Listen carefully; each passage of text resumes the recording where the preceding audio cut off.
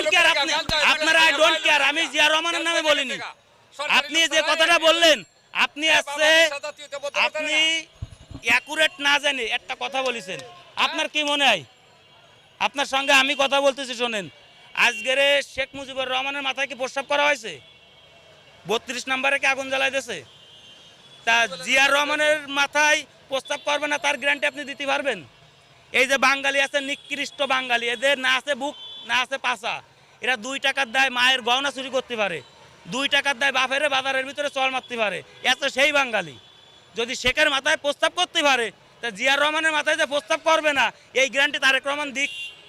তারেক রহমান দেশে আসুক। সে মোসলেকা দিয়ে চলে গেছিল, 4 জন পুলিশই তার বিমানের ভিতরে দিয়েছিল, আমাদের সে সব ভিডিও আছে।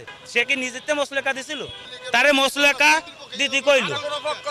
আমরা ভাই সাধারণ, আমরা সাধারণ জনগণ, আমরা সাধারণ জনগণ, আমরা সাধারণ জনগণ। আমি বিভিন্ন লোকের নিয়ে কথা বলতেছি, কারণ আমাদের অধিকারটা, আমাদের অধিকারটা, আমাদের গরিবের অধিকার দিয়ে গেছে ওই সেই জিয়ার রহমান, ওই সেই বঙ্গবন্ধু। তাহলে এখন আমাদের অধিকারটা নেই কেন? আমার দ্বারা এইটাই কথা, জিয়ার রহমান আর সেই শেখ মুজিবুর রহমান, সে জাতীয় নেতৃবৃন্দরা আমাদের গরিবকে স্বীকৃতি দিয়েছে, আমাদের গরিবকে এই রাস্তা দিয়েছে, এই গরিবদের রাজপথ দিয়েছে।